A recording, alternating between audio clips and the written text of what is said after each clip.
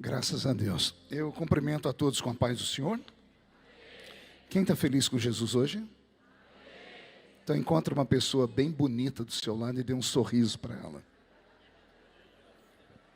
Eu amo esse momento, né? Momento do constrangimento, né? Tem gente que nem vira o pescoço. Jesus, é uma alegria estar aqui na DVEC, em Curitiba, nessa noite. Eu estava mais ansioso do que vocês, viu? De estar aqui. Conheci o pastor Jarmut, e eu falei, meu Deus, de onde vem esse nome, né?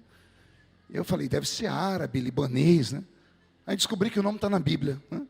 Hoje que eu descobri isso, né? Junto com o pastor Ricardo, nós vasculhamos e encontramos o nome do Senhor na Bíblia. Uma alegria estar aqui, Deus abençoe o Senhor. A irmã Débora, eu falei para ela que eu ia consagrar ela pastora hoje, ela quase aceitou, né? A irmã Carol é a esposa do pastor Ricardo, né? Que está aqui. É uma alegria estar aqui nessa igreja, uma alegria ser amigo hoje da DVEC e do pastor Silas, que não é só um pastor, mas tem sido uma voz profética aqui na nossa nação. Eu falei para ele esses dias que pena que só tem um Malafaia, né? Tinha que ter uns 30 Malafaia. Aí o Brasil virava do avesso, né? Pastor Malafaia é uma benção. Todas as vezes que eu abro meu WhatsApp e tem um áudio dele, eu dobro o joelho antes para ouvir, né? Porque ele tem aquele jeito carinhoso de falar com a gente, né? Bem delicado, né? Dá desarranjo intestinal, é uma coisa do céu, né? Hoje eu tenho ele como um grande líder, sempre foi uma grande referência. Estou feliz, pastor Jamute, que eu vi hoje aqui alguns amigos que ficaram sabendo que já está aqui, amigos da velha guarda, né? Está aqui o pastor Eli de Barros Lage. O senhor conhece o Eli, pastor? Eli, levante a mão aí, pessoal, de conhecer. É aquele moço ali, ó. Ele me trouxe aqui quando ele era líder da UMADSE. Já faz tempo, hein, Eli? A gente não tinha nem cabelo branco ainda, né? Que bom que você está aqui, uma alegria, viu? Obrigado pelo carinho, pelo prestígio. Mara Lima, a Mara não envelhece, né? É um milagre também, me dá receita, viu, Mara? Que eu lembro que nós cantamos junto e pregamos já até uns 40 anos, né? É uma coisa do céu, né? Fabiano, grande amigo, da época que ele era assessor do pastor Idecaso Takayama, e hoje secretário de Estado. É uma honra ter você e sua esposa, que se orou muito, hein? Ela não orou nada, tadinha, mas faz parte, né? Marisa Lobo e Josi. Marisa é uma lutadora, foi talvez uma das primeiras pessoas aqui no Brasil a falar de ideologia de gênero, me ajudou muito na Câmara, foi minha psicóloga, depois eu fui psicólogo dela, e acabou os dois malucos, né? Não serviu para muita coisa. Deus te abençoe, viu, Marisa? André, que alegria te ouvir cantar aqui, viu? Deus é com você. Vamos estar em pé para lermos um trecho da Bíblia? Não sei se o pastor Jarmuth sabia, o pastor Roberto Marinho já está comigo há quantos anos, Beto? Quase 14. Ele é proibido de falar o número, né? Entenderam aí ou não? Quase 14. O Roberto, antes de vir trabalhar comigo, ele estava nos Estados Unidos e trabalhava com o pastor Benny Hinn. Aí ele deixou o pastor Benny Hinn e veio para o Brasil trabalhar com o pastor Benny Ruim, né? Que sou eu, né? Deus te abençoe, viu, Beto? Evangelho segundo escreveu São João, capítulo de número 14. João 14, versículos de número 16, 17 e 18. João capítulo 14, versículo 15, 16, ou melhor, 16, 17 e 18. Enquanto os irmãos estão procurando, também quero agradecer aqui o carinho pela forma como foi recebido no aeroporto pelo pastor Carlos e depois pelo Jonatas, né? Deus abençoe vocês onde vocês estiverem aí. Quem encontrou, diga amém. Está escrito assim: e eu rogarei ao Pai, e Ele vos dará outro Consolador, para que fique convosco para sempre, o Espírito de verdade, que o mundo não pôde receber, porque não vê, nem o conhece, mas vós o conheceis, porque Ele habita convosco e estará em vós. Não vos deixarei órfãos, voltarei para vós. Amém, igreja? Feche a Bíblia, coloque no banco, na cadeira, e pegue na mão da pessoa mais perfumada do seu lado. Eu tentei bonito, não deu certo. Perfumado deve ter alguém aí ainda. Isso, aperte a mão dessa pessoa com carinho até ela falar aleluia. pentecostal que não faz barulho. Está com defeito de fabricação, não é? Vamos orar. Pai, nós te exaltamos, nós te glorificamos. E nós entendemos que dentro de alguns minutos essa igreja ficará pequena para o tamanho da glória que o Senhor vai mandar do alto e dos céus. Os que vieram tristes começarão a saltar de alegria. Os que vieram se arrastando não voltam para casa se arrastando. Hoje, Senhor, voltarão voando nas asas de um novo tempo. E antes que eu comece a revelar os seus mistérios, cerque esta igreja com a sua glória. E num raio de 5 quilômetros, onde houver um demônio alojado, eu dou a esses demônios segundos para sumirem de Curitiba. Porque se não sumirem, serão queimados pelo poder da sua glória que aqui será derramada. Rasgue os céus sobre a ADVEC nesta noite. Manda anjos de fogo descerem aqui. Que estes anjos desçam trazendo brasas de fogo nas mãos. Comecem a esparramar estas brasas entre nós. E onde houver um crente cheio do Espírito Santo, pega ele nesta noite, Jesus, e mostra o caminho da verdadeira e poderosa adoração. Fala conosco, fica conosco, é o que eu te peço agora e sempre. E toda a igreja diz: os que podem, tomem o seu assento, dando a Jesus uma linda salva de palmas, porque Ele é bom, porque Ele é maravilhoso. Graças a Deus. Querida igreja, noiva do Cordeiro, simpatizantes da nossa fé, amigos que vieram de perto ou de longe, autoridades constituídas por Deus e pelos homens, aprove a Deus nos trazer aqui essa noite para ouvirmos a sua santa palavra. E eu tenho certeza que Ele tem um banquete preparado para todos nós aqui. Alguém tem fome e sede da palavra nessa noite? Então prepare o seu estômago espiritual. Só não sei se a comida vai ser como você espera, né? Se não for, já tome um engove espiritual, né? Para ter sustância e força, né? Eu prego o Evangelho de Jesus desde criança. Eu tinha 13 anos de idade quando agarrei um microfone como esse para pregar pela primeira vez. Hoje eu tenho 49 anos, estou com cara de 60, o corpinho é de 70. Porque não é você, né? Bocó, né? Só Jesus sabe como os dias têm sido pesados. Chego no quarto do hotel, do lado da minha cama em casa, ela tem uma caixinha com 14 tipos de comprimido que tem que tomar antes de dormir.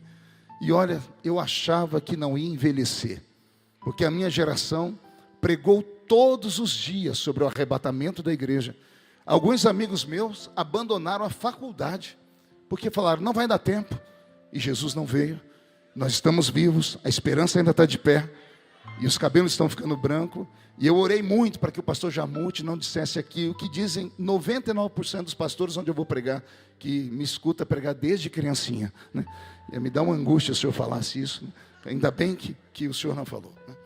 Mas desde criança até os dias de hoje eu não trago na minha memória nenhuma lembrança de um culto que Jesus tenha faltado à reunião. Nem todos entenderam, eu vou tentar melhorar. Eu quis dizer que desde criança até hoje eu não me lembro de nenhum culto que Jesus tenha sequer chegado atrasado à reunião. Ele sempre chega quando o primeiro crente chega, e só vai embora quando o último crente vai embora. Isso quando ele não encontra aqueles crentes maluquinhos que eu já vi que tem aqui, que amam emendar o culto numa vigília, né? Porque se ele encontrar os vigilheiros, ele fica com eles até o sol raiar. Tudo isso porque ele deixou na sua palavra uma promessa: esta é a minha igreja, e as portas do inferno não prevalecerão contra ela. Quem pertence a esta igreja viva e vitoriosa e pode dar mais um grito de glória a Deus, hein? Maravilha. Roberto, mude a música para mim. Abrir a Bíblia Sagrada no Evangelho de João já é uma grande honra. Pregar no capítulo 14 para mim é uma honra dobrada. Eu li a Bíblia inteira pela primeira vez quando eu tinha 9 anos de idade. Eu era coroinha na igreja católica, e a Bíblia que eu li era a Bíblia Ave Maria. Li a Bíblia depois de inúmeras vezes. Sempre li o capítulo 14 do Evangelho de João, mas ele nunca tinha despertado em mim sentimentos. Até que um belo dia, nos idos da década de 90, eu estava evangelizando, entregando folhetos nas ruas, e eu resolvi ler o folheto que eu estava entregando. Um folheto grande assim, em cima tinha um desenho, era um jardim, e embaixo estava a fala do capítulo 14 do Evangelho de João. Aquele dia eu li e o texto saltou O Senhor me revelou ele e eu me emocionei muito. E eu acabei decorando parte do capítulo 14. Uma vez, citando na igreja, eu descobri que quase todos os crentes da minha igreja haviam decorado o capítulo 14 do Evangelho de João. E todo aquele que lê a Bíblia deve ter sentido a mesma coisa. Não sei se você se lembra como começa. Não se turbe o vosso coração. Credes em Deus, credes também em mim. Na casa de meu pai há muitas moradas. Se não fosse assim, eu vou teria dito, eu vou preparar lugar. E virei outra vez, e vos levarei para mim mesmo, para que onde eu estiver, estejai vós também.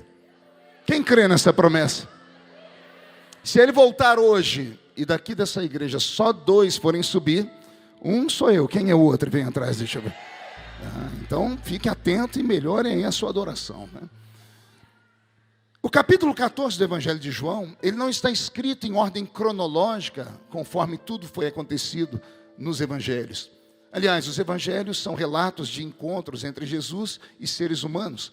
E esses encontros nem sempre estão em ordem cronológica. O capítulo 14, por exemplo, deveria estar escrito um dia antes, ou uma folha, ou um capítulo antes do dia em que Jesus foi traído, depois da última ceia dele. O capítulo 14 do Evangelho de João é um capítulo de despedida. É um capítulo onde Jesus olha para os seus discípulos, e a palavra discípulo significa alunos. Então ele, o mestre da Galileia, o professor, chama, do meio das centenas de discípulos que ele teve, apenas 12 tocaram de fato o coração dele. E depois de 3 anos e meio caminhando ao lado deles, ele os chama e diz assim: olha, chegou o dia da formatura. O capítulo 14 é o capítulo da formatura. É o professor olhando para os alunos, sorridente, dizendo: vocês passaram de ano. Vocês vão receber o diploma agora. Não serão mais alunos, serão professores como eu. Por isso, a partir de agora, não serão mais discípulos, serão apóstolos. E eu imagino os discípulos ouvindo aquilo. Quando eu li isso e entendi isso, eu fiquei feliz e fui ler o texto. Mas percebi que os discípulos ficaram tristes. E eu fiquei imaginando, por que ficaram tristes? Pastor, como o senhor sabe que eles ficaram tristes? O começo do capítulo 14, não se turbe o vosso coração, não se entristeçam. E eu falei: Senhor, mas por que eles ficaram tristes? E eu comecei a meditar, e não é que eu acabei ficando triste também? Eu me lembrei da minha formatura, logo do ensino normal, depois do ensino médio, da faculdade. Me lembrei que todo dia de formatura colocavam uma musiquinha triste para a gente cantar, né? E as músicas eram por quê? Porque alguns ali a gente nunca mais ia ver. E depois de estar ao lado de alunos, de amigos que se tornaram irmãos, depois de 3, 4 anos, e a gente vai se despedir, alguns eu nunca mais vi na vida. Então dá aquele momento sorumbático, né? O coração fica fechado mesmo. E eu entendi que os discípulos estavam tristes, porque não queriam se afastar dele. As memórias eram muitas. Imagine você acordar ao lado dele, dormir ao lado dele, tomar café da manhã com ele, almoçar com ele, jantar com ele, jejuar com ele, orar à madrugada com ele. Imagine você preparar o espetáculo, porque ele dava um show. E no final do espetáculo, você se reunir com esses que eram mais íntimos dele e dizer: eu vi o cego enxergar. E o outro dizer: onde eu estava, eu só vi o paralítico andar. O outro dizia: onde eu estava, eu vi o mudo falar. Então havia experiências profundas que eles estavam acostumados a ter. Experiências que não eram comuns em Israel naquele tempo. Ele era de fato Messias. E agora ele está dizendo para eles: eu vou embora daqui. E vocês vão dar sequência, vão caminhar no mesmo, vão trilhar o mesmo caminho que eu fiz. Então, vocês agora recebem a chave da igreja. Vocês têm agora o direito de trazer o reino de Deus sobre a terra. Quando eu encontrei vocês pela primeira vez, eu disse: é chegado o reino de Deus na terra. Agora, o reino de Deus está dentro de vocês. E vocês vão fazer as mesmas obras que eu fiz. E eu imagino os discípulos ainda continuando tristes. E ele, como todo bom professor, e o sonho de todo professor é que o seu aluno o supere. É assim que pensam os professores. O sonho de um líder é que o seu liderado um dia seja maior do que ele. Assim como o pai sonha que o filho tenha uma vida melhor do que a dele, se destaque. Jesus não era diferente. Pastor, mas ser maior do que Jesus não é muita pretensão? Foi ele que disse no capítulo 14. Ele tentou alegrar o coração deles, dizendo assim: olha, se vocês continuarem na minha presença, se vocês continuarem dando crédito a tudo que eu preguei e praticarem, vocês farão as obras que eu faço, mas farão outras maiores do que aquelas que eu faço. Isso aqui sempre mexeu comigo. Deixa eu ver se eu encontro um pentecostal aqui enquanto eu falo. Imagine, Jesus levantou paralíticos, mas ele está dizendo: vocês farão obras maiores do que essa. Ele abriu os olhos do cego, mas ele disse: vocês farão obras maiores do que essa. Ele abriu os ouvidos de um surdo e disse: vocês farão obras maiores do que essa. Ele chegou dentro do cemitério, diante de uma tumba, mandou arrancar a pedra. Tinha um defunto lá dentro, morto há 4 dias, cheirando mal. Ele chamou o defunto para fora, que saiu vivo. E ele está dizendo: vocês farão obras maiores do que essa.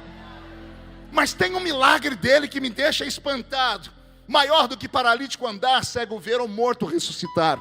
É quando ele olha para um pecador e diz assim: perdoados estão os teus pecados.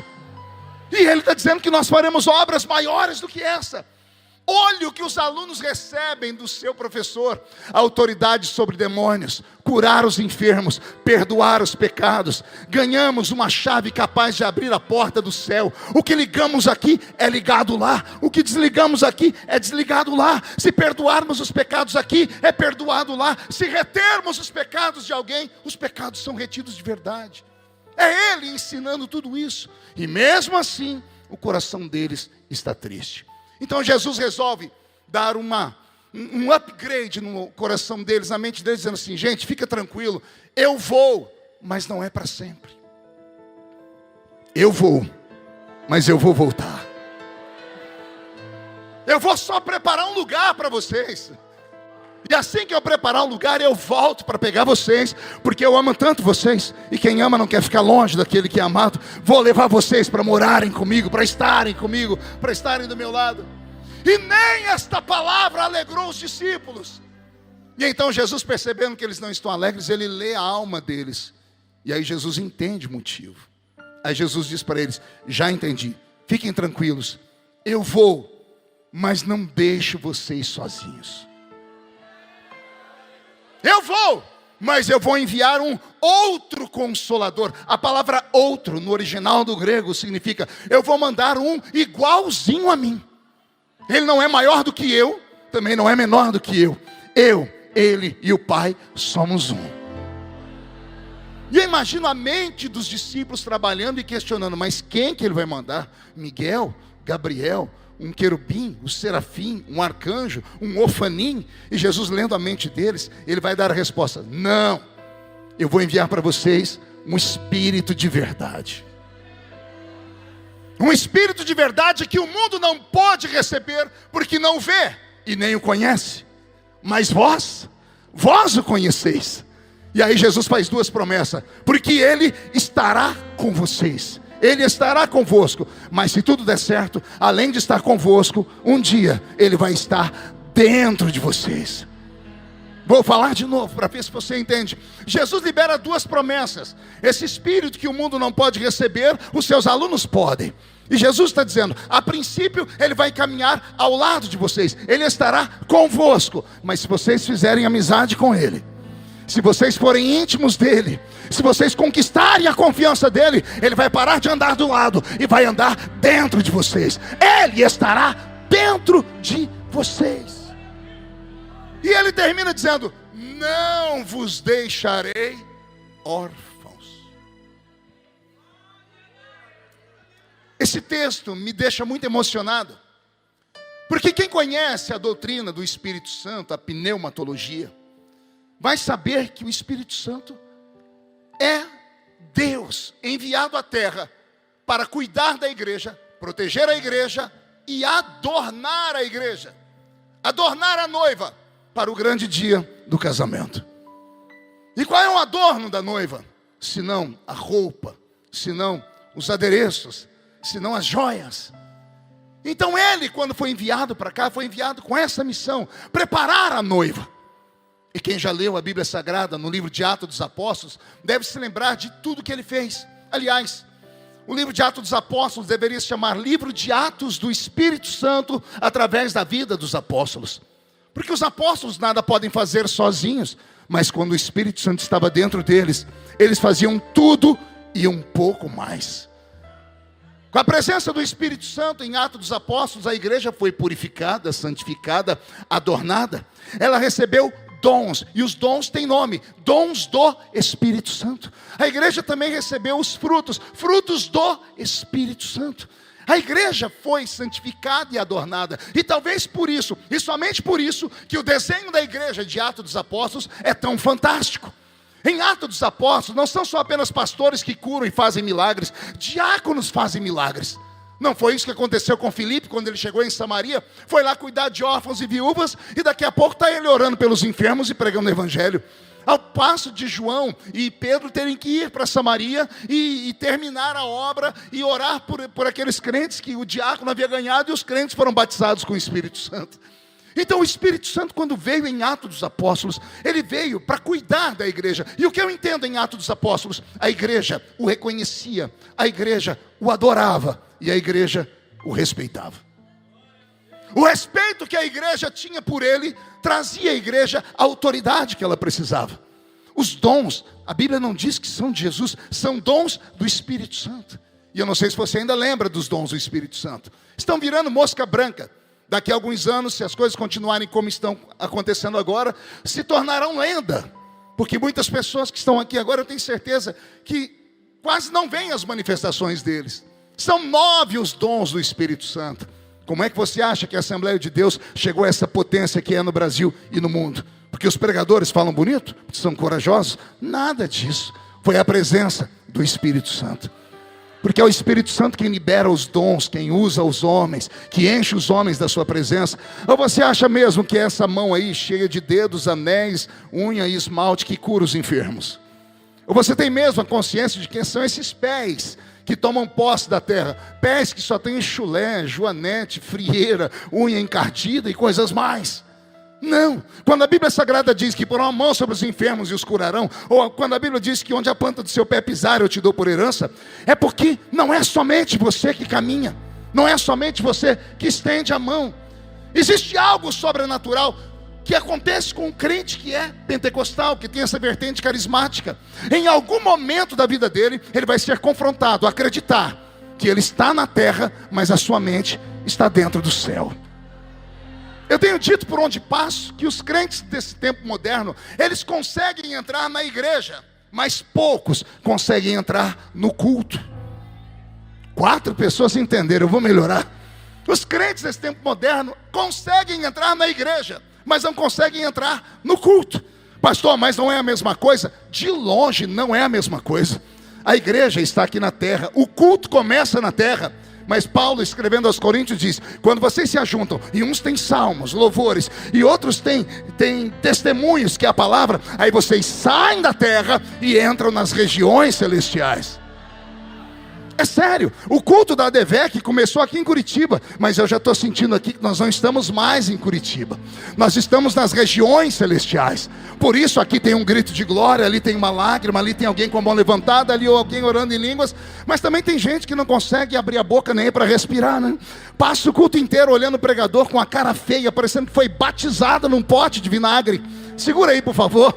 Vem para um culto como esse, como se fosse um filósofo. Cruza a perna, mão no queixo, olha para o céu e diz: to be or not to be, that's the question.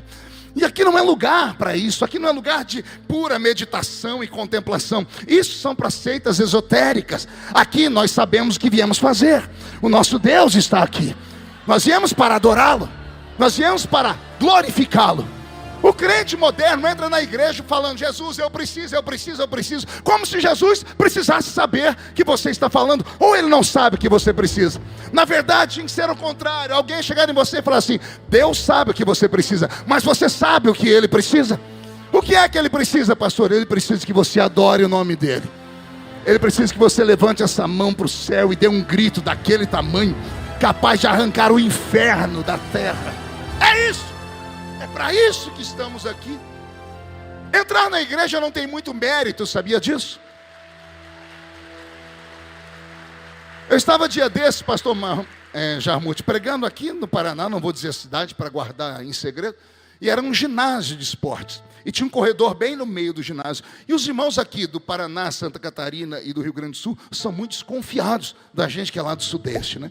A gente sente um choque quando chega aqui. Os irmãos aqui, eles são desconfiados, né? E eu lembro que eu estava pregando naquele ginásio e para achar o coração do povo não foi fácil, né? Eu falava. Quando eu parava de falar, só escutava 2 barulhos. O meu pulmão e os mosquitos que voavam. Engoli 2, né? Ainda bem que eu não gostei. Mas eu estou ali tentando, né, encontrar o povo, porque o pregador é como um garimpeiro, né, Eli? A gente entra numa mina, a gente sabe que tem diamante, não sabe onde está. E a gente vai cavando, até achar o diamante, né? Pregador pentecostal, então, é mais valente. E enquanto ele não acha, ele não para. Por isso que o culto vai até meia-noite, 1 hora, 2 horas da manhã. Porque a gente tem esse negócio dentro da gente. E eu estava ali pregando, de repente eu olhei para o meio da igreja, olhando para mim, deitado no chão, tinha um cachorro. Mas vai vendo. E eu liberei uma palavra assim, daquelas reveladas, e o grito sempre vem do fundão, né? Lá do fundão alguém gritou, glória a Deus. O ginásio inteiro olhou para trás. O cachorro não olhou para trás também? É sério. Eu falei, será que eu estou vendo coisas? Aí eu liberei outra palavra. Do outro lado gritaram. A igreja inteira olhou para trás. O cachorro olhou também. Eu falei, pronto, esse cachorro congrega aqui. Ele só pode congregar. Já sabe tudo essa igreja aqui. Irmãos, quando eu achei o coração daquele povo e a palavra caiu no solo fértil e eles se soltaram, o ginásio entrou em erupção e o povo começou a gritar. O cachorro não empolgou. Começou. Um diácono do lado do púlpito olhou e disse, eita, que o cachorro está crente. E eu estava com raiva porque demorei a achar o coração do povo. Falei para ele, não está não. E ele, ao invés de ficar quieto, me afrontou. Está sim. E eu disse, não está. E ele falou, o senhor não ouviu ele falar? Eu disse, eu vi ele latir. E ele disse, e eu interpretei.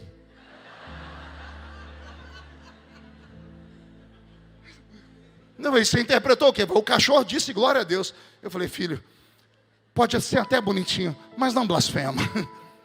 Animais irracionais não podem dar glória a Deus. Ei, pastor, o senhor não conhece o meu papagaio. O seu não, mas eu conheço um do irmão lá do Nordeste. Pensa num papagaio atribulado. O irmão mandou para mim o papagaio falando 40 segundos, decorou um pedaço de uma pregação minha e imitou minha língua estranha ainda. Um diácono lá da Assembleia de Deus de Caruaru escreveu assim para mim, tá vendo, pastor, até meu papagaio é crente. Eu falei para ele, é bonitinho, mas não blasfema. Ele não deu glória a Deus, ele apenas repetiu, porque ele age por instinto. Só pode dar glória a Deus quem tem espírito. Por quê? Porque aquele que dá glória a Deus, ele só pode dar glória a Deus porque ele reconhece a existência de um Deus. E nós somos seres humanos que, embora habitamos aqui, temos um destino, Marisa, que é fora daqui. Parte de nós veio da terra, outra parte veio do céu. Você nunca achou estranho o salmista escrever, a minha alma tem saudades do céu? Como é que alguém pode sentir saudade de um lugar que não conhece? Você sentiu já algum dia saudade do Cazaquistão? Não? Como não, seu insensível? Nem da Rússia? Não. Por que você não sentiu saudade? Simples, você nunca foi lá. Aí o salmista diz, a minha alma, ela tem saudades do céu. Por quê? Salomão vai dizer, quando o homem morre, o corpo volta ao pó, mas o espírito volta a Deus, porque foi Deus que o deu. Ei, parte de você veio do céu, parte de você aqui da terra. Você pode cuidar da parte que veio da terra, e pelo que eu estou vendo aqui, os irmãos cuidam muito bem. Estou vendo aqui alguns irmãos que devem fazer muita dieta. Alguns em forma de um botijão de gás, ou de uma tábua de passar roupa, né? Mas eu queria ver se o seu espírito está tão belo como o seu corpo. Queria entender se você também cuida da dieta espiritual.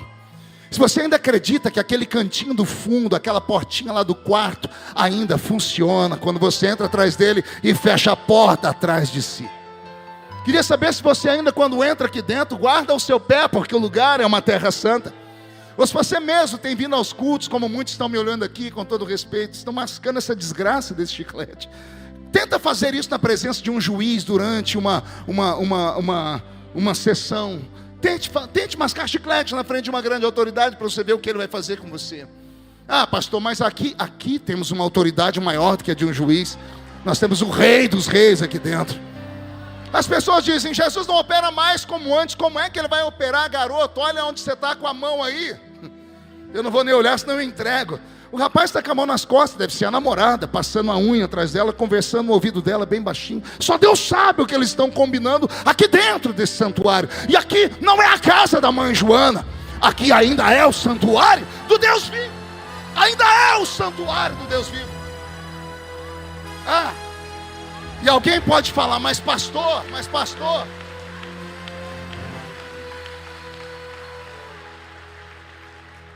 Pastor, nós somos de outra geração. Isso é que me preocupa. Essa geração milênio, essa geração Nutella. Esses dias eu participei de um seminário, e um seminário muito reconhecido no Brasil, e um dos professores estava dizendo, precisamos nos adaptar à nova geração e pregarmos sermões que tenham no máximo 20 minutos. Porque a geração milênio não consegue absorver mais do que 20 minutos de palavra. Porque a geração do rios, dos stories, de passar o dedinho para cima, ver somente coisas rápidas. E quando eles estão em uma igreja, alguém começa a pregar muito, eles levantam e vão embora. E alguém vai dizer que temos que adaptar a eles. Tem alguma coisa muito errada acontecendo. Comendo lixo de internet 24 horas por dia, tem alguma coisa muito errada acontecendo. Está faltando de fato, é a sensibilidade ao Espírito Santo que ainda está entre nós. Porque é Ele quem convence o homem do pecado, da justiça e do juízo. Não é a igreja, não é o pregador, é o Espírito Santo que faz tudo isso. Lendo o Atos dos Apóstolos, eu me encanto, pelo menos até o capítulo 18, do 19 para frente, eu fico apavorado. Quer perguntar o porquê? Só falo se todo mundo perguntar. Porque do primeiro capítulo ao capítulo 18, nós temos um período de 19 anos de igreja. A igreja era adolescente. Muitas pessoas falam, não, o poder do Espírito Santo e os dons foram só lá em Atos capítulo 2. Conversa para boi dormir. Porque depois de Atos capítulo 2, nós temos várias manifestações do Espírito Santo. 8 anos depois, por exemplo, o Espírito Santo se manifesta em Samaria. Como eu disse aqui, Pedro e João orando pelo povo, todos foram batizados com o Espírito Santo e começaram a falar em outras línguas. Chegamos 10 anos depois do dia de Pentecostes, estamos lá em Cesareia Marítima, uma terra pagã. Tem um homem pagão, com uma família pagã, empregados pagãos e amigos pagãos. E o homem tem um sonho. Ele entregava esmolas e Deus disse, sua esmola tocou meu coração, mas não é o suficiente. Chame Pedro para pregar para você. E Pedro foi, sem torcida organizada. Foi Pedro e mais um.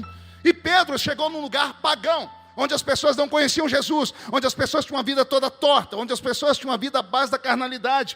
E Pedro começou a falar de Jesus. Eles tinham tanta fome que a palavra foi entrando no coração deles. E eu vou deixar Pedro contar para vocês o que aconteceu. E Pedro diz, e enquanto eu pregava, caiu o Espírito Santo sobre aquela casa. E todos foram batizados com o Espírito Santo. E começaram a falar em outras línguas, conforme o Espírito Santo dava.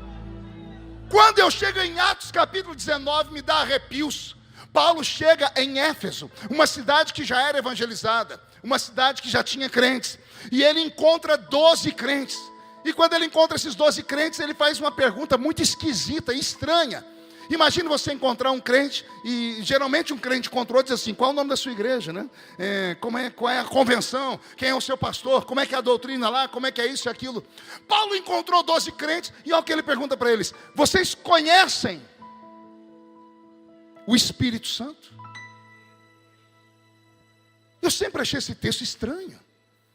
Paulo não está falando com pagãos, está falando com 12 crentes. Eles vão dizer, fomos todos batizados nas águas, no batismo de João. Fazia 20 anos que o Espírito Santo havia descido, Fabiano. 20 anos depois, os crentes já não conheciam mais o Espírito Santo. Eles falaram, nós nunca nem ouvimos falar que existe tal Espírito. 20 anos depois, apenas 20 anos depois. Aí Paulo desafiou eles, vocês querem receber? Pregou para eles a doutrina do Espírito Santo, e a Bíblia diz, e Paulo impondo a mão sobre eles, todos foram batizados com o Espírito Santo e começaram a falar em outras línguas. Por que o senhor está falando sobre isso, pastor? Porque para mim, na minha visão de pastor, de alguém que prega pelo mundo há 30 anos pelo menos, eu aprendi que todos os problemas na vida do crente, estou falando da vida do crente, daquele que é salvo, que passou pelo batismo das águas, todos os seus problemas têm início em apenas um lugar: falta de azeite na sua botija. Ah, mas tudo, qualquer problema que haja na sua vida, é falta de comunhão com a presença do Espírito Santo. É uma forma de Deus puxar a sua orelha e tentar te trazer de volta. É uma forma que Deus encontrou para ver se você sai procurando a peça quebrada do seu quebra-cabeça, para voltar pelo menos a ser aquilo que você era. E eu não estou falando aqui de doutrina, não estou falando aqui disso, eu estou falando de percepção do mundo espiritual. Nossos crentes perderam a sensibilidade. Nossos crentes não são mais sensitivos. Pastor, isso aí é usado lá naquele outro lugar, em feitiçaria. Não, eles copiam tudo da gente. Isso é nosso, é nato nosso. Desde que a Bíblia foi escrita, há sinais, prodígios, maravilhas, sempre manifestações que não podem ser explicadas pela ciência, não podem ser reproduzidas em um laboratório, não podem ser testadas pela química, física ou matemática. Tudo é transcendental, tudo é metafísico, tudo é fora desse mundo, tudo é sobrenatural. E se nós perdemos a nossa identidade, não haverá amanhã. E você pode continuar bonito como você está, mas não deixe de sentir a presença dele. Você pode ser para frente, só não pode deixar ele para trás. Você pode ser moderno, só não pode ser mundano, porque o Espírito Santo ainda está na igreja, ainda está aqui. Você pode não estar percebendo, mas ele estava lá na porta quando você passou. E eu imagino ele como uma criança ansiosa para receber um presente, apertando as mãos. Você entrou e quem sabe ele disse, quem sabe é hoje. Quem sabe ela volta a perceber que eu existo. Quem sabe a igreja volta a acreditar que eu ainda tenho dons para dar. Quem sabe ainda existe desejo dentro do coração da igreja. Porque não pode acontecer mais isso, nós entrarmos dentro da igreja apenas em busca de autoajuda. Igreja não é lugar de autoajuda. Se você quer autoajuda, não venha à igreja, vá numa banca de revista e compre o último livro do Dr. Lair Ribeiro. 48 razões porque mesmo sendo vesgo, eu sou a cara do Leonardo DiCaprio. Se você quer você quer o seu ego massageado, entra lá na internet, tem 1 milhão de coaches lá. Só cuidado com alguns que querem te arrastar para o meio da montanha e você se perder. Quem entende, entende. Pois bem, aqui não é lugar de autoajuda. Você não pode, eu vou à igreja porque eu estou com meu coração assim, um assado. Não, igreja é um quartel-general. Você vem aqui não em busca de autoajuda, tem que vir aqui em busca de ajuda do alto. Eu vou falar de novo. Busca de ajuda do alto, porque você entra aqui como um soldado ferido lá do campo de batalha, porque o pastor Jarmuth traz pregadores e cantores aqui. Quem somos nós, se não soldados com a patente mais elevada, homens e mulheres testados nos campos de batalha da vida? Estamos de pé, estamos aqui para dar um testemunho para você. As pessoas sempre me perguntam, como é que você aguenta as lutas, pastor Marco? Porque tudo comigo vai para o Jornal Nacional.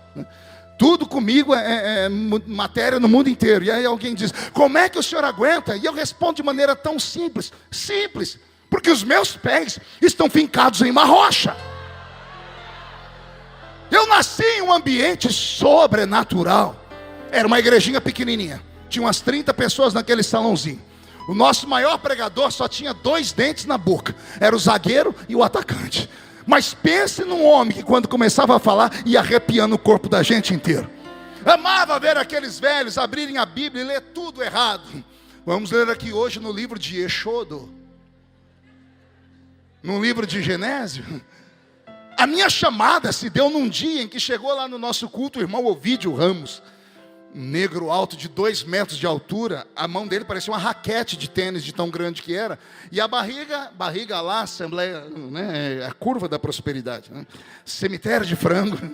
E ele chegou esbaforido. Ele agarrou o microfonezinho que nós tínhamos lá. O microfone era tão ruim que ele falava aleluia, a gente entendia glória a Deus. Pense no ambiente. E ele chegou todo e disse assim, Jesus falou comigo hoje de tarde que alguém aqui nesse salão vai ser levantado por Deus. Nós ficamos tudo de orelha em pé e olhos abertos. E ele disse, e esse alguém, Jesus me disse, que vai ser levantado na mesma unção do profeta Albuquerque. Levantou a irmã Maria de Paula, profetisa da reunião, analfa de pai e beta de mãe. E ela disse, irmão Ovídio, e quem é esse profeta Albuquerque? Ele é aqui da região? Ele é de outro país? Falei, vai ler a Bíblia, mulher, é o profeta da Bíblia. Mas na Bíblia não tem Albuquerque. Ele diz, tem, porque eu li o Albuquerque falou assim, aviva a tua obra, Senhor, no meio dos anos, a notifica, na ira, lembra-te da misericórdia. É o profeta Abacuque, mas o velhinho lia Albuquerque. Vou fazer o quê? Era nesse ambiente que nós crescemos há 30 anos atrás. Eu me lembro aqui, permita-me ser saudosista um pouquinho, dos velhos cultos, aquele grande irmão Ovidio, que era o meu herói. Eu amava ele ler a Bíblia, porque não lia direito. Então eu era menina, a gente ia para a igreja não para cultuar, a gente ia para rir, né? Tinha eu e o Elias, a igreja era no antigo bar, e atrás da pia, tinha uma pia de cozinha, a gente ficava atrás da pia só para se agarrar e rir do que o irmão Ovidio falava. O irmão Ovidio um dia foi cantar um louvor, meu Deus do céu, ele conseguiu fazer mágica. Ele pegou um hino da harpa e colocou uma música que não tinha nada a ver com a letra. Só tem um jeito de explicar, é cantar. Ele foi cantar aquele hino assim, ó. Já refúgio a glória eterna de Jesus, o Rei dos Reis, breve os reinos, cadê? Seguirão. Hino lindo, harpa cristã. Ele foi cantar esse hino. Olha o que ele aprontou com o hino. Já refúgio a glória eterna de Jesus, o Rei dos Reis, breve os reinos deste mundo seguirão as suas leis, e os sinais da sua vinda já se mostram cada vez.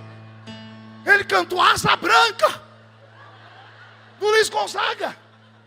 Ele botou a letra de um profeta na música de um forrozeiro. E pior, deu certo. Caiu um fogo no salão. Eu e o Elias se agarrando atrás da pia, levantou a irmã Maria de Paula, a profetisa. Ela olhou por cima da pia e disse: vocês estão rindo do quê?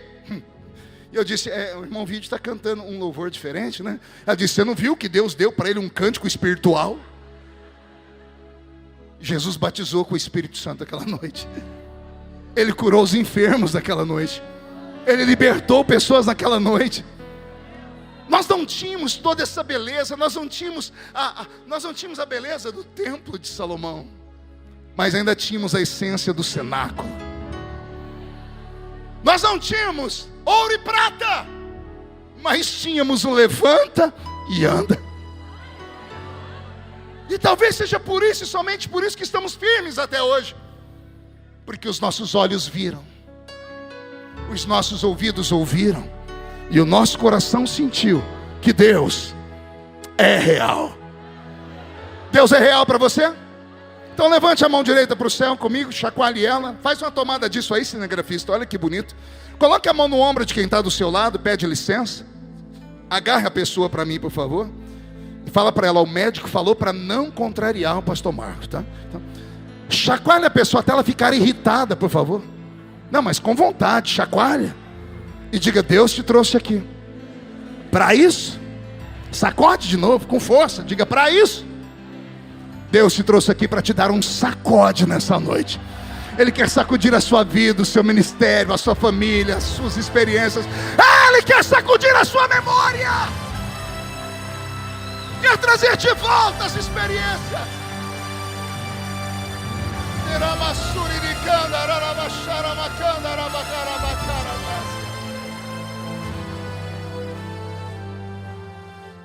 Ignoramos a presença dele.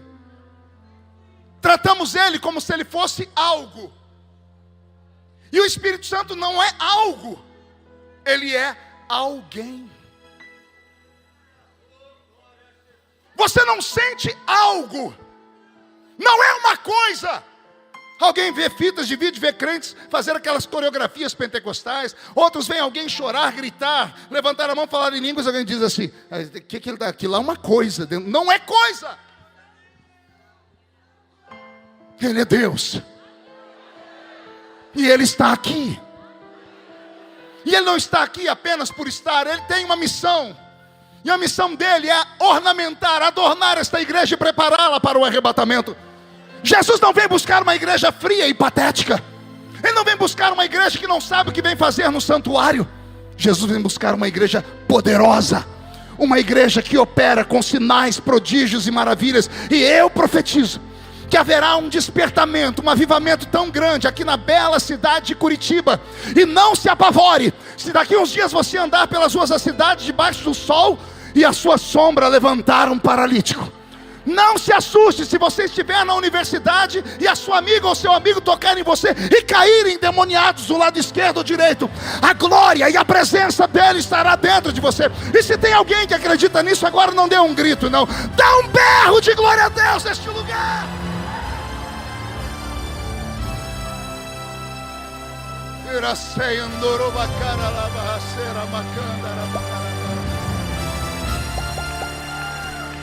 Ouça.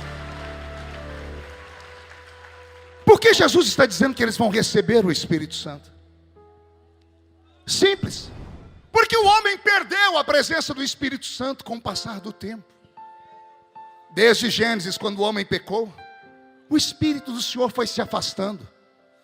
Na Torre de Babel, Deus deu o grito final. Antes, porém, lá no dilúvio, Deus disse a Moisés: o meu Espírito não contenderá mais com o homem. Não ficará mais com o homem. O homem não merece a presença do Espírito Santo. Na Torre de Babel, o cálice da ira de Deus verte. Deus dá um grito: eia, desçamos e confundamos a língua dos homens. Dali para frente, os homens passaram a ser dominados por eles mesmos. O Espírito Santo foi arrancado da terra. E a presença, ou melhor, o que os homens e mulheres, no que eles se transformaram sem a presença do Espírito Santo, é de lamentar. Os homens do Velho Testamento, sem a presença do Espírito Santo, só conjugavam alguns verbos.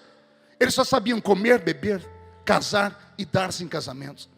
Nimrod, o poderoso caçador diante do Senhor, o homem que arquitetou a Torre de Babel, ele mandou matar a própria mãe. Ou melhor, mandou matar o próprio pai para dormir com a mãe e ter filhos com ela. A presença do Espírito Santo na vida de um ser humano dá a ele mais humanidade do que ele pode imaginar. Um homem ou uma mulher sem a presença do Espírito Santo, o maior símbolo que eu encontro para eles é um suíno, um porco. Pastor, pegou pesado? Não, já vou explicar. Você já viu algum porco olhar para o céu? Não olha. Por que um porco não olha para o céu? Porque o seu pescoço não tem articulação para isso. Só olha para a terra e chafurda a lama, chafurda as coisas podres. Essa é a figura de um homem sem a presença do Espírito Santo. Não consegue ver as coisas de cima. É o tempo em que estamos vivendo, onde o certo virou errado. As pessoas não conseguem mais acreditar que existe um ser acima das estrelas, que existe um arquiteto inteligente, que existe alguém que trouxe sobre essa terra o seu filho para que ele morresse por nós. As pessoas não acreditam mais nessas histórias porque estão como porcos. É isso e ponto final. Com o passar dos anos, Deus deve ter recebido lá do alto, do seu lado, uma intimação do seu próprio filho, dizendo: Pai, nós não podemos julgar toda a humanidade por o erro de um. Temos que encontrar alguém, deve ter alguém que pode e esteja preparado para receber o Espírito Santo. Então Deus vai lá na terra de Ur dos Caldeus, na Mesopotâmia antiga, chama Abrão. E de Abrão Deus faz uma linhagem. De Abrão vem Isaac, de Isaac vem Jacó, de Jacó vem os seus 12 filhos. Dos seus 12 filhos vem as tribos, e as tribos compõem a nação de Israel. E o que era a nação de Israel? A igreja do Velho Testamento. Por que temos o Velho Testamento? Para que nós aprendamos com os erros deles, para não cairmos nos mesmos erros. Deus transformou Israel em uma espécie de laboratório. E os homens e mulheres de Israel, Deus os transformou em cobaias. E Deus começou a olhar somente para aquela tribo, somente para aquela nação, e começou a ver se havia homens e mulheres ali que poderiam receber a sua presença. Então Deus derramava o Espírito Santo, não sem medidas, mas sob medida. Era como se Deus olhasse um homem ou uma mulher, confiasse neles, pegasse uma espécie de conta-gotas e pingasse sobre a pessoa um pouquinho do Espírito Santo. Vamos ver o que acontece. Aí um homem recebia o Espírito Santo e uma queixada de jumenta virava uma metralhadora AR-15. Deus derrama o Espírito Santo sobre um outro homem. O homem tem na mão um cajado de madeira cheio do Espírito Santo. O cajado vira uma chave capaz de abrir a porta do Mar Vermelho. Deus começou a perceber que o homem cheio do Espírito Santo fazia diferença. Então o Senhor começou a segregar. E no Velho Testamento inteiro em Israel, somente 3 categorias de pessoas recebiam o Espírito Santo. Eram eles os reis, os sacerdotes e os profetas. E mais ninguém. Os profetas não podiam profetizar a qualquer hora. O profeta Ezequiel passou 2 horas na beira do rio Quebar, assim, ó. A Bíblia diz que ele passou 2 horas com a boca aberta. Por quê? Ele queria profetizar, mas não tinha inspiração. Deus não derramava sobre ele o Espírito Santo. A Bíblia diz que o profeta Eliseu, vendo o povo se perder, queria profetizar e o céu não se abria. Aí Eliseu contratou um músico e pediu ao músico: toque o seu instrumento, por favor. E o músico começou a tocar, e Eliseu olha para o céu e ele diz: por favor, toque mais alto, com mais força, com mais força. De repente, segure, Roberto, o céu abriu. Eliseu saltou na frente do músico e disse: eu quero profetizar. E Deus tomou os lábios dele e ele profetizou. Deus derramou do seu espírito sobre Moisés. Um dia Moisés foi falar com o sogro dele e disse: Jetro, não estou dando conta do povo. Jetro falou para ele: escolhe homens e mulheres em quem você confie e reparta com eles as responsabilidades. Moisés foi falar com Deus. Chegou diante de Deus e disse: Senhor, não estou dando conta, e eu trouxe aqui o nome de homens que eu confio. Queria que o Senhor os ungisse. Eu imagino Deus dizendo assim: Roberto, mais baixinho o seu teclado. Eu imagino Deus olhando para ele e falando assim: está dizendo que o que eu te dei para a pessoa errada? E não dei o suficiente? Eu vou provar que o que eu te dei era suficiente. Eu não vou dar a esses homens experiências, eu vou tirar de você. Vou retirar do espírito que eu te dei. E a Bíblia diz que Deus retirou do espírito de Moisés, e o que saiu de Moisés entrou em 70 homens dentro de Israel. 68 deles estavam no arraial. E a Bíblia diz que quando o espírito que estava em Moisés desceu sobre eles, os 68 começaram a pular, começaram a profetizar. Haviam 2 que não estavam ali. E a Bíblia fala o nome dos 2, Eldade e Medade. E a Bíblia só fala o nome dos 2, porque aconteceu de passar bem na hora um crente enxerido, daqueles que não tem em Curitiba. Só tinha lá no tempo de Moisés e na igreja que eu pastorei, que não recebe nada e não quer que ninguém receba, que acha que conhece tudo e um pouco mais, é capaz de pensar que Deus o colocou na terra como juiz de causas espirituais. Aí viu os 2 moços pulando e profetizando, correu até a tenda de Moisés. A Bíblia diz que Josué entrou na frente e disse: o que você quer? Eu quero falar para Moisés que tem 2 moços fora do arraial dando mau testemunho, estão pulando e profetizando. Josué entrou na presença de Moisés com a espada na mão e contou o relato. Moisés, tem 2 moços pulando fora do arraial profetizando, posso mandar parar? Moisés disse: não, Josué. Qual o nome deles? Eldade e Medade. Moisés pegou a lista dos 70. Não, o nome dos 2 está aqui. O que significa, Moisés? Significa que eles foram escolhidos para isso. Ô Josué, quem dera, não só os 2. Quem dera, não só os 68. Quem dera, toda a nação de Israel fosse cheia do Espírito Santo.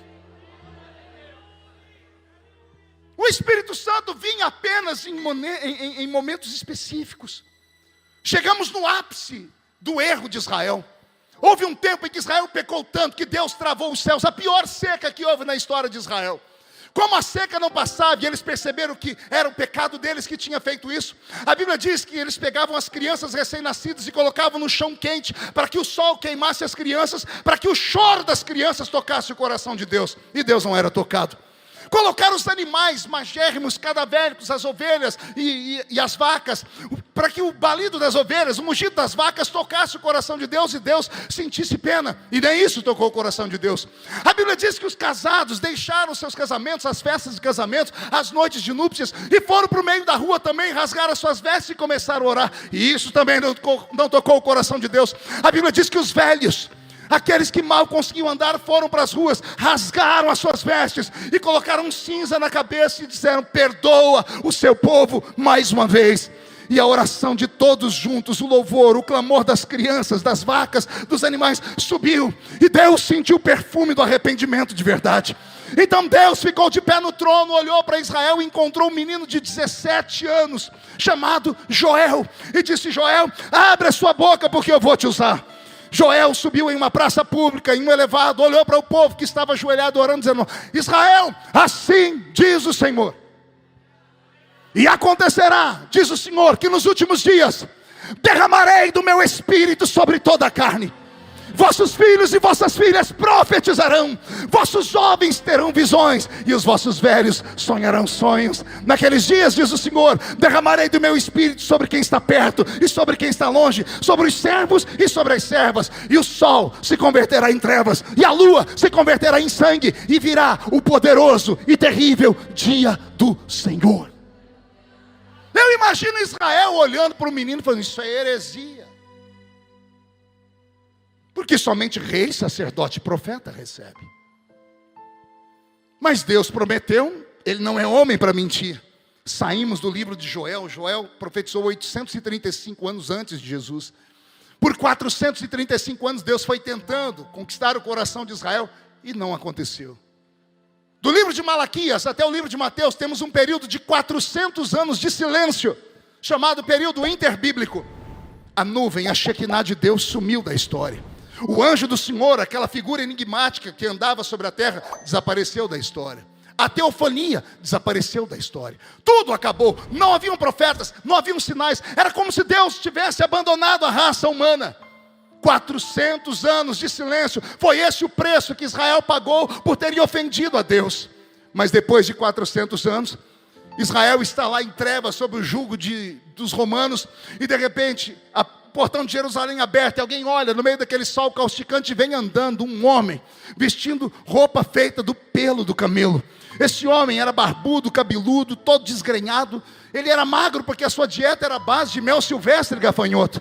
Ele entra em Israel como um profeta. E quando param para ouvir, a pregação dele é tão doce, é muito parecido com as de hoje. Ele olha para eles e diz assim: raça de víboras! Quem vos ensinou a fugir da ira de Deus? É chegado o reino de Deus na terra. Arrependei-vos e sejam batizados para o perdão dos seus pecados. O nome dele, João Batista. João começou a pregar ao ponto do rei Herodes não suportar a sua presença e fechar a cidade para ele. João foi proibido de entrar em Jerusalém, mas não tem problema. Quando aparece um profeta, se fecham as portas para o profeta aqui na cidade, a cidade vai até onde o profeta está. E o profeta João abriu uma igreja na beira do Rio Jordão, e o povo amava ver João pregar por causa da delicadeza dele pregando. Eu imagino as empregadas chamando as patroas: vamos lá no culto da minha igreja, do pastor João, porque ele é muito usado. E as patroas sentavam lá com seus belos vestidos ao lado da empregadinha, e a empregadinha falava: é agora. E João dizia: raça de cobra! E a empregada dizia: fala a Deus, fala a Deus, porque o crente gosta do mal feito. O que ninguém tinha coragem de falar, João falava. Para ele não tinha posição social, podia ser a plebe, ou podia ser da aristocracia. Ele nivelava todo mundo por meio, dizendo que todo mundo era raça de víbora, e víbora é uma cobra. E João chamava: vem cá sua cobra, e batizava, e o povo gritava, dizia: esse é o meu pastor, dá-lhe João. E João dizia: vem cá outra cobra, e batizava, e o povo: dá-lhe João. Eu imagino as pessoas dizendo: que cobra é essa, João? Isso aqui é uma caninana. Tibum, batizava e vai embora. E essa, João? Jararaca. Tibum, vai embora. E essa, João? Isso aqui é uma cobra coral. Tibum, vai embora. E essa é uma naja. E o povo amava: dá-lhe João. De repente João estende a mão para chamar outra cobra, e a boca dele trava. E as pessoas: vai João, que cobra é essa, João? Não é cobra. Eis aí o Cordeiro de Deus. Eis aí o Cordeiro de Deus que tira o pecado do mundo. E ao invés de Jesus descer as águas, João vai até Jesus. João vai subindo à beira do Rio Jordão, e as pessoas dizendo: que homem é esse? Que até João vai ter com ele. João escutou e mudou a pregação, disse: gente, esse é o homem que eu tenho falado. Eu na verdade vos batizo com água para o arrependimento, mas ele vos batizará com o Espírito Santo e com fogo. Jesus falou para os seus discípulos: eu vou, mas ele vem. No capítulo 20, verso 22 de João, Jesus reúne com os seus 11 discípulos, porque Judas já tinha traído. Jesus já está ressuscitado, e a Bíblia diz que Jesus olhou para os discípulos e soprou sobre eles. A Bíblia diz que Jesus falou assim para eles: recebei o Espírito Santo. E tendo dito isto, soprou sobre eles. No dia seguinte eles encontram com Jesus no solapé da montanha, em Atos capítulo 1. Ali estavam cerca de 500 testemunhas para quem Jesus apareceu por um período de 40 dias e marcou com eles aquele encontro. Ali naquele ambientezinho, Jesus começa a falar com eles, mostrar a sua revelação, mostrar que estava vivo, ressuscitado. E ele diz para eles: vocês vão sair daqui e vão ficar em Jerusalém, porque lá em Jerusalém vai acontecer um fenômeno. Vocês vão receber autoridade e poder para serem minhas testemunhas em Jerusalém, Samaria, Judéia, até os confins da terra. No Evangelho de Lucas, capítulo 24, 49, Lucas vai dizer que Jesus falou assim: ficai em Jerusalém, até que do alto sejais revestidos de poder.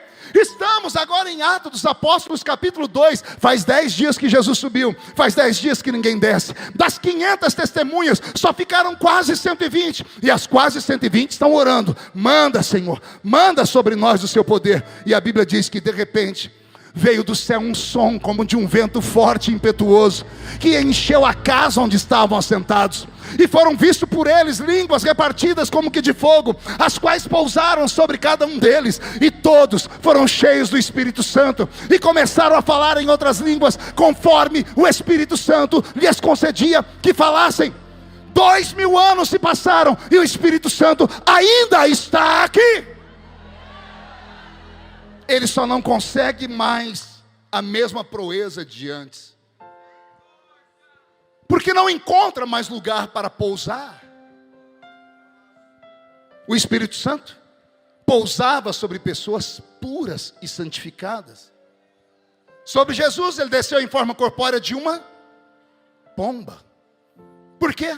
Porque a pombinha é a única ave que não tem fel no estômago, não tem um suco gástrico, um ácido. Quem tem isso são as aves de rapina, a águia, o urubu, o corvo, porque eles comem carne em estado de putrefação, ossos. Eles ciscam a carniça. O Espírito Santo não. Ele só desce quando o ambiente está puro. Ele só desce quando não há nada podre, quando não há nada mal cheiroso. Ele está aqui. Está olhando para você hoje dizendo assim: ei, o tempo passou, mas eu não mudei. E ele trouxe gente aqui hoje que há muito tempo não fala em línguas, que há muito tempo não profetiza, que há muito tempo não canta. Alguns chegam até a acreditar que aquilo tudo era só uma mera fantasia. Ei, não era fantasia, é real. Ele ainda faz.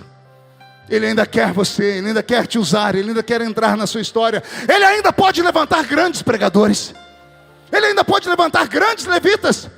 Ele pode soprar o seu nome pelos 4 cantos do planeta Terra. Ah, se você soubesse perto de quem você está sentado. Alguém que Ele trouxe aqui hoje só para ter esse papo reto, falar com você no seu ouvido. Eu não esqueci o seu pedido, não esqueci a sua oração. Você veio aqui em busca da cura da enfermidade, mas a enfermidade só veio sobre você para você ouvir essa palavra. Você veio aqui porque está com problema no casamento, mas o problema aconteceu só para que você viesse aqui ouvir essa palavra. Ele precisava ter essa conversa com você, e Ele está aí agora. Ele está passando uma vistoria. Esse arrepio que sobe pela sua coluna, essa vontade de chorar, não é o solo do teclado, nem a minha voz que é rouca, é a presença dEle que ainda está entre nós. Nós não reconhecemos mais. Glorificamos a Jesus, glorificamos a Deus Pai. Tente lembrar a última vez que você ouviu alguém falar glória ao Espírito Santo. Nos esquecemos dele. Existe um pecado que é grotesco, pior do que pecados de perversão. É o pecado da indiferença. É o pecado do desprezo. Jesus chegou em Cafarnaum um dia, onde ele morava. Ele parou na entrada de Cafarnaum. Ele estava tão revoltado, Jarmude, que ele olhou para o povo e disse assim: ah, Cafarnaum, no dia do juízo haverá menos rigor para os de Sodoma e Gomorra do que para os habitantes dessa cidade. Se fosse feito em Sodoma e Gomorra os sinais que eu fiz aqui, aquela cidade toda tinha sido salva. O dia que eu li isso, eu disse: Deus, qual é o pecado de Cafarnaum? Que pecado pode ser pior do que o da perversão? Aí Jesus me disse: eu morava lá, eu fiz milagres lá. E sabe o que aconteceu? Acostumaram com a minha presença. Eu passava pelas pessoas, já não me reconheciam mais como Messias. Não vinham mais pedir oração para mim.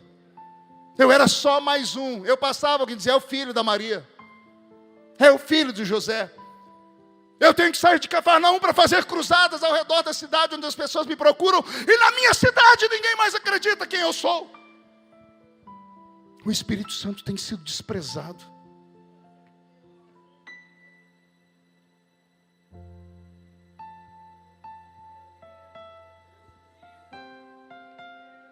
Ele está olhando para você. Só que ele é tão querido que ele é um cavalheiro. Não é como os espíritos que descem em terreiros de feitiçaria. Lá os espíritos que descem chamam as pessoas de cavalo. Porque cavalo pode ser amansado, pode colocar um cabresto nele e guiar para cá ou para lá. Pode receber esporadas e pode receber alguém que vai sentar em cima dele. O Espírito Santo não desce sobre cavalos. Ele desce sobre ovelhas. Ovelhas do pasto do sumo pastor. Ele está aqui. Você pode não acreditar no que eu estou dizendo, mas Ele está aqui. Será que tem alguém que é batizado com o Espírito Santo? E cadê as línguas estranhas? Cadê o coral de línguas ininteligíveis? Eu queria ouvir você adorar a Deus na língua dos anjos. Queria ouvir você dizer: eu ainda sinto a presença dele, pastor. E nós somos amigos ainda. Ele não é um desconhecido. Se você sair por aquela porta de mãos dadas com ele, a sua vida vai mudar para sempre. Você crê nisso? Roberto, vou pedir para você mudar a música e pedir de novo para você abaixar o som do teclado. E é a última vez que eu peço. Na próxima eu chuto o teclado. Eu quero terminar contando para vocês um testemunho. Há 20 anos atrás, mais ou menos, eu estava pregando nos Estados Unidos, na cidade de Connecticut. E o pastor que me hospedou na segunda-feira disse: pastor Marco, vai estar pregando aqui hoje o maior pregador de avivamento dos Estados Unidos. E eu tenho 2 ingressos, o senhor quer ir ver? Eu disse: se é pregador de avivamento, eu quero. Conseguimos um lugar em cima do palco principal. Lado direito tinha pastores, tinham padres sentados, atrás um coral e na frente um estádio com 30, 40 mil pessoas. E eu ansioso para vir o pregador. E chegou, há 20 anos atrás, o pastor Benny Hinn. E eu falei, quando eu vi aquele cabelão dele, parecia uma obra de arte. E eu já vi uns cabelos aqui bonitos hoje. Mas igual do pastor Benny Hinn não tem. Ele fazia um negócio aqui, parecia uma onda. E o cabelo dele vinha até aqui. Ele usava uma roupa branca. Ele entrando, chegou chegando. O povo ficou em pé, aplaudiu. E eu já sentei do meu lado, peguei minha caneta e papel. Falei, irmão, vai traduzindo tudo que ele fala. E de repente, o pastor Benny Hinn olhou para o povo. Olhou para cá, para lá. E ele começou a conversar com o povo. Beto, eu vou falar em inglês, me interpreta aí. Ele olhou para o povo e disse assim: brothers and sisters, I'm so tired. Eu estou tão cansado. I need some rest now. Eu preciso descansar agora. Eu ouvi ele e falei, meu Deus, e daí que está cansado? Aceitou o convite para quê? Pregador foi convidado, se vira. Imagina eu chegar aqui e falar, pastor, eu não vou pregar porque eu estou cansado, viu? Alô? Eu falei, pregadorzinho michuruca. Ó, brasileiro, arrogante. Aí ele falou, irmãos, eu posso pregar sentado? Quando ele falou aquilo, eu falei, meu Deus, heresia. Assembleiano roxo, pregar sentado. Botaram a cadeira e ele sentou. Eu quase infartei. Pior, ele sentou e cruzou a perna. Quando ele cruzou a perna, eu tive um faniquito. Porque eu lembro quando eu fui consagrado ao presbitério, primeira vez que eu sentei no púlpito, quando eu cruzei a perna, o pastor deu um tapa na minha perna, que a perna foi parar do outro lado. Até hoje, quando eu vou cruzar a perna, é trauma, não é psicólogo? Vou cruzar a perna volta sozinha. Eu falei, esse homem, além de pregar sentado, vai pregar com a perna cruzada. Eu falei, Jesus, mas estou aqui fazer o quê, né? E ele começou a pregar, eu falei, deve ser uma mensagem daquela escalafobética, de arrancar tatu da toca e sabiá do toco. E ele começou, Zaqueu estava na árvore. E Jesus disse, vamos para sua casa? Porque eu quero levar o Espírito Santo para sua casa. Ele começou a conversar, eu falei, esse é o maior pregador? Olha o que eu falei, se eu pego esse microfone. Arrogância assembleiana. Estava indo tudo muito bem, eu já estava dormindo. Quando ele parou de falar, todo mundo olhou para ele, inclusive eu falei, o que deu? Ele sentado na cadeira, ele descruzou as pernas, segurou na cadeira aqui. E ele fez assim, wow, it's here. Ele está aqui. Ele disse, yes. Oh, sim. It's here. Ele está aqui. E ele ficou em pé. Ele olhou para o ginásio e disse, are you feeling? Está sentindo aí? And you? E você? Are you feeling? Você está sentindo? It's here. Ele está aqui. And the Holy Spirit is O here. Espírito Santo está aqui. Ele fez assim para o povo, porque ninguém respondeu. Ele fez assim. Ele pediu para o tecladista tocar uma música. Acho que era aquela música Aleluia. Ele botou uma mão aqui, Jarmude, esticou a outra aqui. E ele começou uma valsa, sozinho.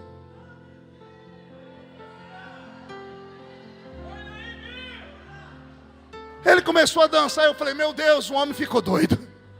E ele dançando. Eu falei, o que deu na cabeça dele? Irmãos, diante de Deus, a atmosfera mudou.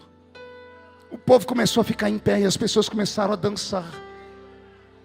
Aconteceu alguma coisa, as pessoas começaram a chorar. Eu fiquei em pé, porque todo mundo ficou em pé. Eu falei, o que está acontecendo? Que o corpo arrepiava inteiro. E ele continuou dançando. Daqui a pouco ele parou nessa posição aqui. Povo lá, coral aqui e a gente aqui. Ele estendeu uma mão para cá e a outra para cá. Ele disse, Holy Spirit, Espírito Santo, touch the people. toque as pessoas. Now. Agora. Now. Agora. E quando ele disse isso, eu achei que era o Apocalipse. 40 mil pessoas caindo no chão ao mesmo tempo. Efeito dominó. E as pessoas caíam no chão e faziam, uau. Eu falei, o que é isso? Eu olhei para lá, todo mundo caído, coral caído do meu lado, todo mundo caído. Quando eu vi, eu estava caído também. Quando eu vi que eu estava caído, quando eu dei por mim, eu disse, estou endemoniado. A Assembleia de Deus, se cair, era endemoniado.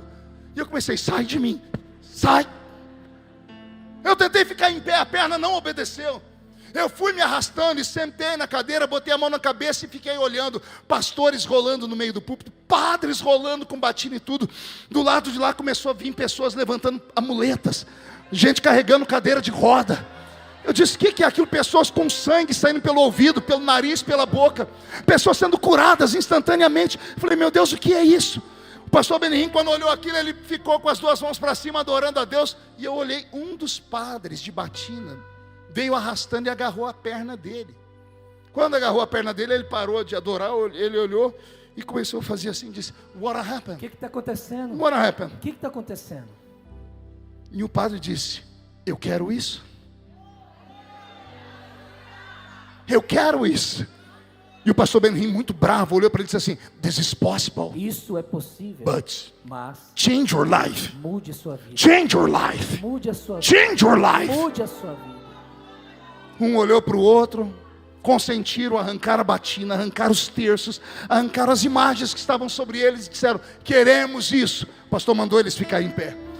O pastor Benihim derrubou eles umas 30 vezes. Eles caíram e mandava, fica em pé. Eu falei, bicho, está saindo em ordem alfabética. Fica em pé, vai, cai, levanta, cai, levanta. Depois de umas 30 vezes, o pastor Benihim disse, agora está pronto, ore pelo povo. E eles falaram, como? Estenda a mão para o povo. E os dois estenderam. Para onde eles estendiam a mão, o povo caía. E eles paravam e olhavam para a mão. Estendiam a mão, o povo caía. E eles olhavam para a mão e perguntaram, o que é isso? E o pastor Benihim disse, é o meu amigo. É o Espírito Santo.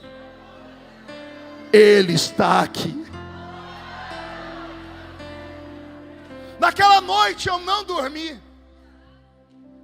Eu fiquei eletrizado. Eu disse, o que é que esse homem tem?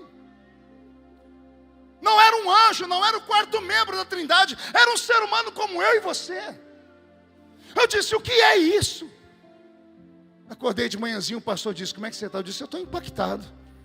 Quer saber mais da história dele? Eu disse que era. Ele jogou um livro em cima de mim, Bom Dia Espírito Santo.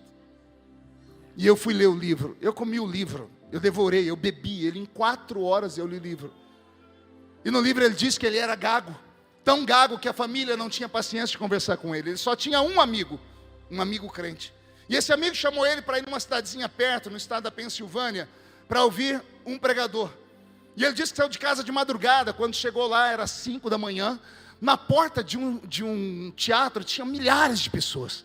E ali na porta daquele teatro, quando abriu a porta, ele disse que entrou todo mundo, uma multidão, quase atropelaram ele. Ele ficou no meio do povo. Ele não conseguia levantar a mão de tanta gente. Até que entrou o pregador. Senhoras, senhoritas, me escutem. Era uma mulher. E ela só pôde pregar ali porque as igrejas não deixavam ela pregar, porque era uma mulher.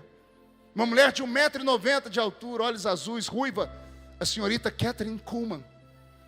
E ela entrou no palco dançando, bailando. E ele disse que quando ela fez aquilo, começou a entrar uma eletricidade dentro daquele lugar. O corpo dele arrepiava, ele não entendia o que era. Ela tomou a tribuna e chorando disse: não machuquem o meu amigo. Não entristeçam o meu amigo.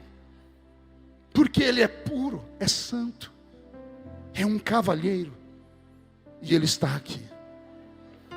Ele disse que quando ela falou isso, Jarmuth, a glória de Deus desceu e as pessoas começaram a ser curadas, sem pregação, batizadas com o Espírito Santo. Ele disse que o corpo dele parecia que estava dentro de uma morsa, apertado, pressionado.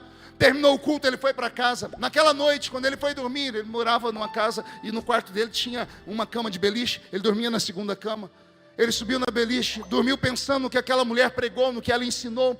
Quando ele acordou de manhã, ele sentou na cama e lembrou do que ela disse e falou: vamos ver se funciona. E gaguejando, ele disse: good morning, Holy Spirit. Bom dia, Espírito Santo. E ele saltou da cama. E ele não conseguiu ficar em pé mais. 8 horas caído no chão. 8 horas envolvido numa glória, numa presença, numa unção. 8 horas depois, quando ele abriu a porta do quarto e saiu, a mãe dele estava passando o aspirador de pó no tapete. E ele passou por ela foi arremessada. E ela perguntou: o que é isso? E ele disse: é o meu amigo. Só que agora ele não gaguejava mais, porque Jesus curou ele naquela hora. John Wesley, o maior pregador avivalista inglês, que provocou o maior avivamento do mundo lá na Nova Inglaterra, tem uma ilha, a ilha de Martha's Vineyard, no estado de Massachusetts. O dia que você for lá, vá visitá-la. Ainda tem o templo de John Wesley lá. Aí você vai ver um homem de 1,5 metro de altura que calçava o que seria no Brasil número 33. Tem um guarda-roupa com a roupinha dele, parecia uma criança. Esse homem dobrava o joelho e orava. Ele orava tanto que as partes de madeira onde ele orava ficavam buracos no chão. A rainha da Inglaterra um dia disse: eu tenho mais medo dos joelhos de Wesley do que de todo o exército da França inteiro armado. E como começou o ministério dele? Ele tentou ser missionário batista e recusaram, porque diziam que ele não tinha equilíbrio emocional. Ele entrou numa casa de madeira e começou a esmurrar a parede. E gritava: ou o Senhor me usa, ou o Senhor me mata. Charles Wesley, o irmão dele, escutou aquilo. De repente ouviu um barulho muito grande. Ele entrou dentro do quarto, estava John Wesley caído no chão. E ele perguntou: o que aconteceu? Ele disse: não sei, um vento bateu em mim e me derrubou. John Wesley levantou dali para se tornar o maior pregador que o mundo conheceu. O Espírito Santo pode levantar pessoas aqui hoje. Eu vou falar de novo, pelo Espírito. O Espírito Santo pode levantar você. Dá para acreditar que você está ouvindo um ex-cortador de cana, um ex-boia fria. Dá para acreditar que eu já apanhei laranja, algodão, café e tenho a minha caixa de engraxar sapato até hoje. Dá para acreditar que Deus pega o homem do monturo e coloca ele entre os príncipes. Sabe como eu aprendi isso? Com o Espírito Santo. E ele me trouxe aqui hoje só para dizer a vocês: se vocês reconhecerem a presença dele, a sua vida nunca mais será a mesma. Você pode ficar de pé comigo?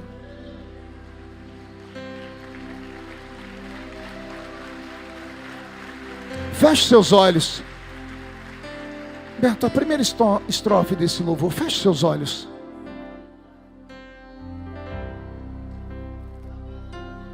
Feche seus olhos.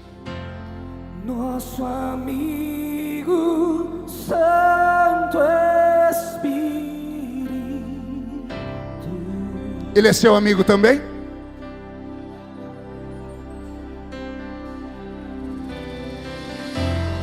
Venha aquecer os corações. Vem como o Senhor veio em Samaria.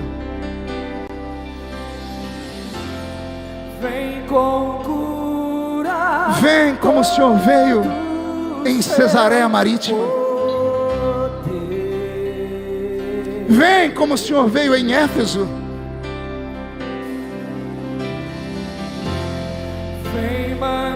Vem como o Senhor veio em Pentecoste.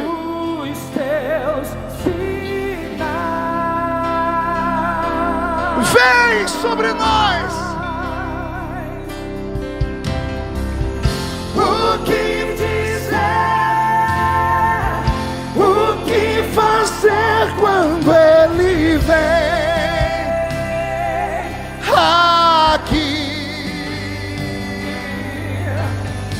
mais que ser bem-vindo, nós te desejamos outra vez aqui. Faz essa oração, ó. Faz de novo. Pede para Ele fazer de novo. Faz de novo. Deus da minha infância, faz de novo. Faz de novo. O teu povo clama de mais uma vez. Faz de novo. Faz de novo. Recebe a presença dEle. Recebe a glória dEle. Os batizados com o Espírito Santo falem em línguas. Os que nunca falaram sejam batizados agora. Agora, agora, agora, agora.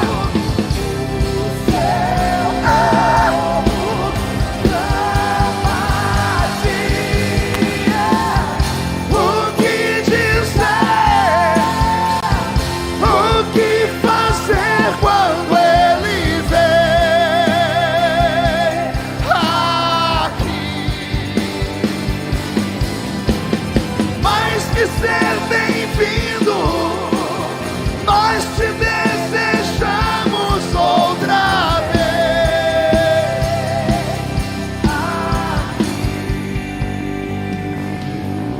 Iramai sui entrevele candoroas. Harabagai andrevele suri di candoroa harabagas. Teloim telomandre velesturi di candoroas. Rabagai andrevele suri di caralahabas. Levanta os profetas uma vez mais, Senhor. Libera sobre a igreja os adornos do Espírito. A um é dada a palavra do conhecimento, ao outro discernimento de espírito, ao outro variedade de línguas, a outro interpretação de línguas, a outros dons de expulsar os demônios, a outros dons de curar os enfermos. Volta a operar como antes. É o desejo da nossa geração, meu Pai. Em nome de Jesus. Feche seus olhos. Isso. 30 segundos de adoração.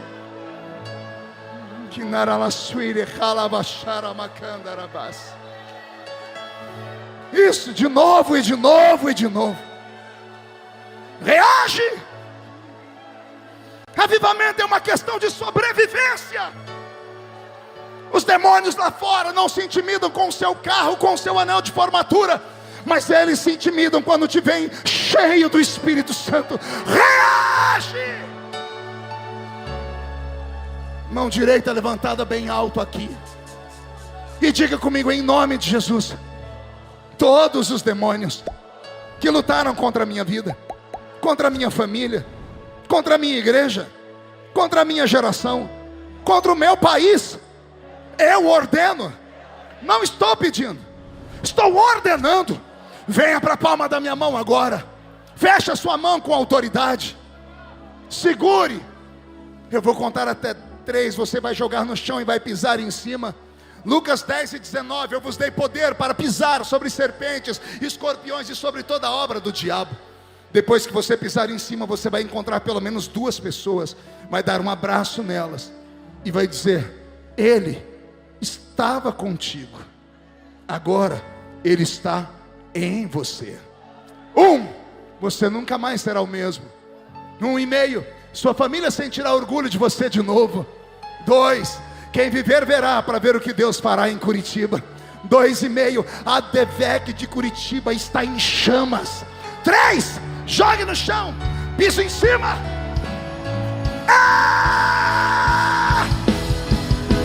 Abrace, profetize, profetize, abrace.